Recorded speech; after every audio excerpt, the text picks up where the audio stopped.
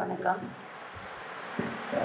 அறிவியல் சிறுகதை அப்படிங்கிறது எனக்கு புதுசு இல்லை தான். ஏன்னா நான் இங்கேருந்து இது ஆரம்பிக்கணும் தான். இந்த கதை படித்த உடனேமே எங்கேருந்து ஆரம்பிக்கணும்னு நான் அப்போவே முடிவு பண்ணிட்டேன்.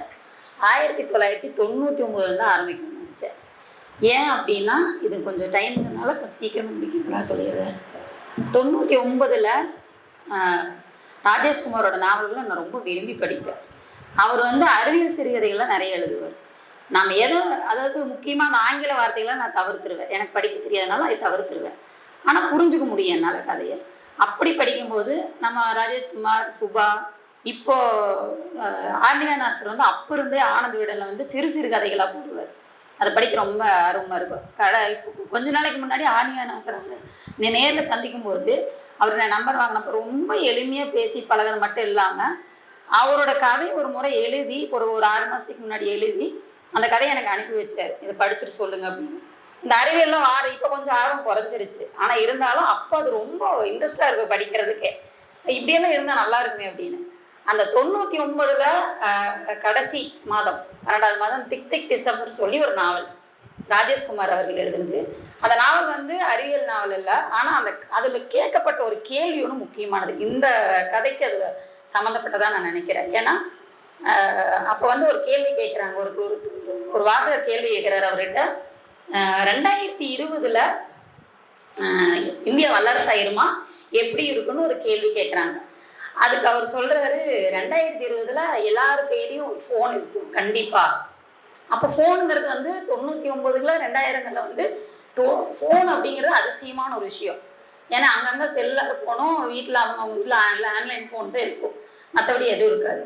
அப்படி இருக்கும்போது நான்லாம் நினச்சிருக்கேன் 2020ல் நம்ம கையிலையும் கூட ஃபோன் இருக்காது அப்படிதான் நான் நினச்சிருக்கேன். ஆனால் இந்த ஃபோனோட கதை எனக்கு ஃபோனில் தான் வந்துச்சு. இந்த கதை அப்போ எவ்வளவு அறிவியல் நம்ம முன்னேறி வந்திருக்கோம் அப்படின்னா, அப்போ எனக்கு ரொம்ப காலம் கடந்துதான் நான் உணர்ந்தது என்னன்னா, இந்த கதை எழுதுறவங்க இலக்கியத்துக்குள்ள காலத்தை கணிக்கக்கூடிய பிரம்மாக்கள்ங்கிற மாதிரி எனக்கு உணர ஆரம்பிச்சேன். ஏன்னா அப்போ அந்த கேட்ட கேள்விக்கு அவர் ராஜேஷ்குமார் சொன்ன பதில்கள் அப்படி இருந்துச்சு. 2020ல் இப்படி இருக்கும், இந்த மாதிரி சூழ்நிலை இருக்கும், எல்லாரு கையிலையும் ஃபோன் இருக்கும், நிச்சயமாக அறிவியல் இன்னும் பன்மடங்கு வளர்ச்சி அடைஞ்சிருக்கும் அப்படின்னு எல்லாம் சொன்னார். மடிக்கணிப்பு பற்றியெல்லாம் அப்போவே பேசினார். ஏன்னா அப்போ மேலை நாடுகள் இருந்து நம்மகிட்ட தான் இல்லை. அப்படிங்கும்போது பெருசாக பிரபலமாக இல்லை. அப்படிங்கும்போது அப்போல்லாம் இருந்தால் நானே அந்த புத்தகமெல்லாம் படிச்சிருக்க மாட்டோமோ என்னமோ. ஃபோன் இருந்திருந்தா ஃபோனவே பார்த்துட்டு அந்த மாதிரி போயிருப்போம். அப்போ அந்த மாதிரி அதை படிக்கும்போது அந்த அறிவியல் சிறுகதைலாம் படிக்கும்போது ரொம்ப கம்மி எழுத்தாளர்கள். சுஜாதா நான் படிக்கல. ஆனால் ஆர்னிகா நாசர், ராஜேஷ்குமார், சுபாவதெல்லாம் நான் அந்த அறிவியல் கதைகள்லாம் படிச்சிருக்கேன். அப்படி இவர் படிக்கிறத எனக்கு கொஞ்சம் பயத்தை கொடுத்தது. இந்த ChatGPTயுமே எனக்கு தெரியவே தெரியாது, அப்படின்னு என்னமே தெரியாது. எங்கள் பாப்பாட்டா இது படித்த உடனே கூப்பிட்டு உட்கார வச்சு எங்கள் பாப்பாவை ரொம்ப முக்கியமான விஷயமெல்லாம் படிச்சுட்டு இருக்கிறா. எனக்காக ஒரு 5 நிமிஷம் ஒதுக்கு பாப்பா, எனக்கு ChatGPT பற்றி சொல்லு அப்படின்னு. ஆமாம், நம்மளுக்கு ஒரு விஷயம் தெரியலன்னா அது நீங்கள் போட்டிங்கன்னா அது விளக்கமாக நம்மளுக்கு கொடுத்துரும் அப்படின்னா. அப்படியா அப்படின்னு நான் கேட்டேன். அப்போ இவர் எழுதின கதை எனக்கு கொடுத்தது ChatGPT. இதில் எனக்கு படித்த உடனே பயம் என்னன்னா, நம்ம மனித சிந்தனையை ஒரு மொபைல் ஃபோனில் ஒரு செயலி உருவாக்கி அதுக்குள்ள மனிதனோட சிந்தனைகளை அதில் வச்சு நம்ம கூட பேசுகிற மாதிரி ஒரு கதை எழுதியிருக்கிறார்.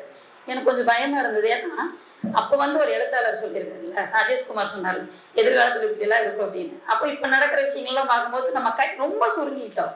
நம்ம தூரமாக பார்க்குற பார்வைகள் சுருங்கி போச்சு. இவ்வளோ கிட்டத்தில் பார்க்க ஆரம்பிச்சிட்டோம். தூரமாக பார்க்குற பார்வைகள் சுருங்கிருச்சு. நிறைய புத்தக வாசிப்பு குறைஞ்சிருச்சு. குழந்தைங்க நீங்கள் ஒரு கணக்கு சொன்னீங்கன்னா வாய்ப்பாடு சொல்கிற பழக்கத்தை விட்டுட்டாங்க. உடனே கையில் எடுத்து ஒரு ஃபோனை வச்சுட்டு அந்த ஃபோனில் கணக்கு போடுற பழகிட்டாங்க. அப்போது இங்கே அப்புறம் புத்தகமோட பாருங்களேன், ஃபோனில் சின்ன எழுத்து, நம்மளுக்கு சின்ன எழுத்து கணக்கே தெரியாது, சின்ன எழுத்து, அப்புறம் 30 செகண்ட் வீடியோவில் எனக்கு உலகமே தெரிஞ்சிட்ட மாதிரி சொல்கிறாங்க. எல்லாம் ஒரு சினிமாவை பற்றின விமர்சனம் 30 செகண்ட் வீடியோவில் சினிமா பற்றின விமர்சனம் வந்துடுது. ஆனால் அவங்கள நான் ஃபேஸ்புக்கில் பார்க்கும்போது படங்களை பற்றி நிறைய எழுதி போட்டிருந்தார். அவர் நிறைய ஆங்கில படம் பார்ப்பார் நினைக்கிறேன், வேற மொழி படமெல்லாம் பார்க்குறாருன்னு நினைக்கிறேன். அப்புறம் கோவலத்து சீதையெல்லாம் ரொம்ப கவனித்து பார்த்தா சின்ன வயசாக இருக்கிறாரு, அதெல்லாம் போட்டிருக்காருன்னு ஆச்சரியமாக இருந்தது. ஆனால் அதில் பார்க்கும்போது தெரியல, நேரில் பார்க்கும்போது அந்த படமெல்லாம் ரசிச்சிருக்கிறாரு. 95களில் வந்த படம் எல்லாம் இதையெல்லாம் அவ்வளோ நுணுக்கமாக அதெல்லாம் ரசித்து போட்டிருக்காரு அப்படின்னு இருந்துச்சு.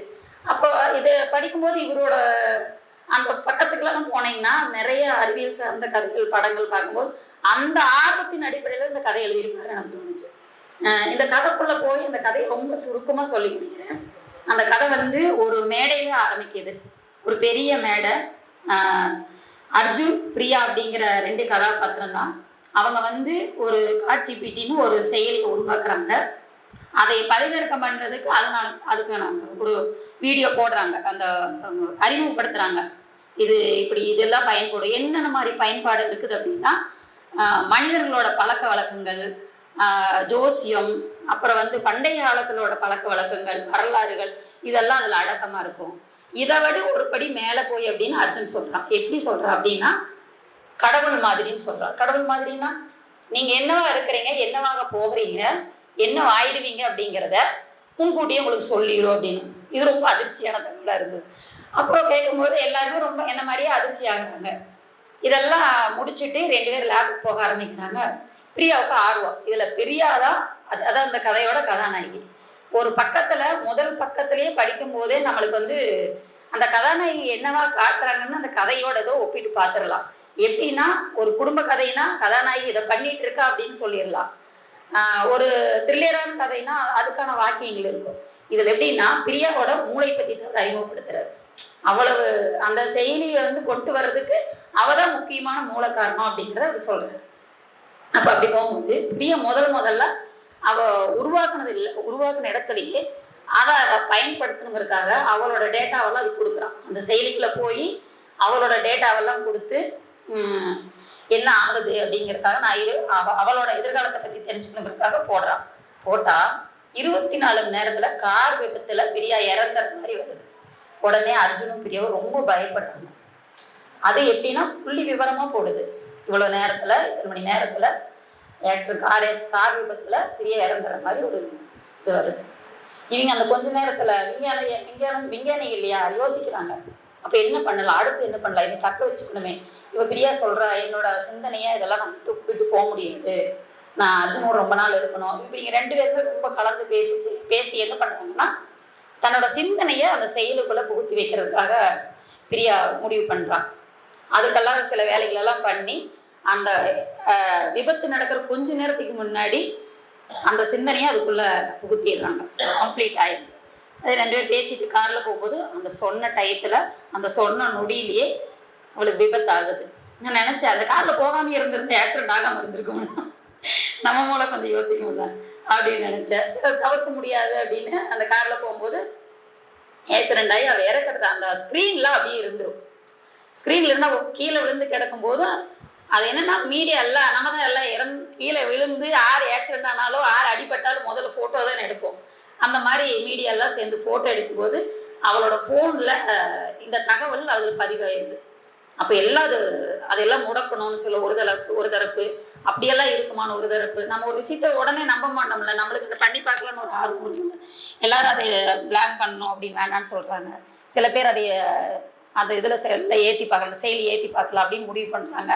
இப்படியே போறப்போ அர்ஜுனுக்கு என்னன்னா, அந்த பிரியாவை அதுக்குள்ள தேடுறான்.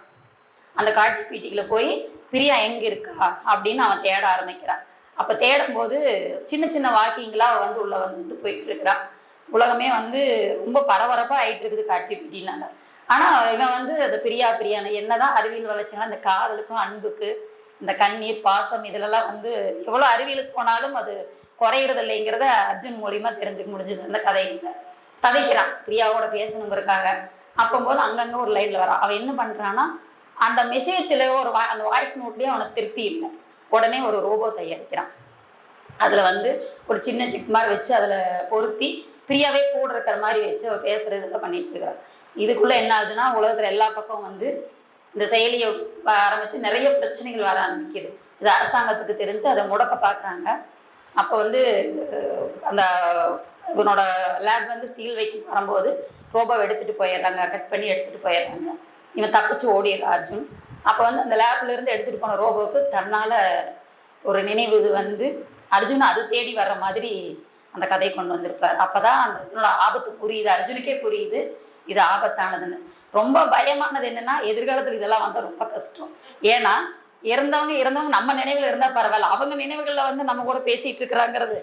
எப்பா விட்லாச்சாரி படம் பார்த்தோம்னா அந்த பயம் வந்துருச்சு எனக்கு. எனக்கு வேற 1999ல ராஜேஷ்குமார் சொன்ன மாதிரி இவர் சொன்னது நடந்தா ஐயோ என்ன ஆகுறது அப்படிங்கிற மாதிரி இந்த எழுத்தாளருக்கு ஒரு பயம் வர மாதிரி இவர் எழுதுன அந்த கதையில் எனக்கு ஒரு பயம் வந்தது. அறிவியல் கதைகள் நிறைய எழுதுறது இல்லை, அதனால வெளிப்படை நிறைய பேர்த்துக்கு புரிஞ்சுக்க முடியாது இல்லைனாலும், ஆனால் கொஞ்சம் யோசிக்க வேண்டியது. ஏன்னா அறிவியல் கதைகள் எல்லாம் தான் நம்மளை அடுத்தடுத்த கட்டத்துக்கு கொஞ்சம் நோக்கி வந்துட்ட மாதிரி ஒரு உணர்வை தருது. ஏன்னா நம்ம அப்போ பார்த்த விஷயங்களெல்லாம் இப்போ அப்போ கதைகளில் படித்ததெல்லாம் இப்போ நிஜத்தில் இருக்குது அப்படிங்கிற மாதிரி கண்கூட பார்க்குறேன். ஏன்னா ரோபோங்கிறது நிஜமா சாத்தியமா அப்படின்னு சொன்ன காலத்துலலாம் இப்போ கொஞ்ச நாளைக்கு முன்னாடி ஓட்டு கேக் வந்ததெல்லாம் ரோபோ பொம்மையெல்லாம் வந்துச்சு, நம்ம பார்த்தோம். அப்போ இதெல்லாம் நடக்குது அப்படின்னா இதுவும் நடந்துருமோங்கிற பயம் வருதா இல்லைங்களா? அப்போ இந்த புத்தகம் படிக்க வேண்டிய ஒன்று தான். மற்ற கதைகளையும் படித்தா நல்லா இருக்குன்னு நினைக்கிறேன். படித்த வரைக்கும் இந்த கதை ரொம்ப நல்லா இருந்தது. அகரா அவர்களுக்கு என்னோட வாழ்த்துக்கள்.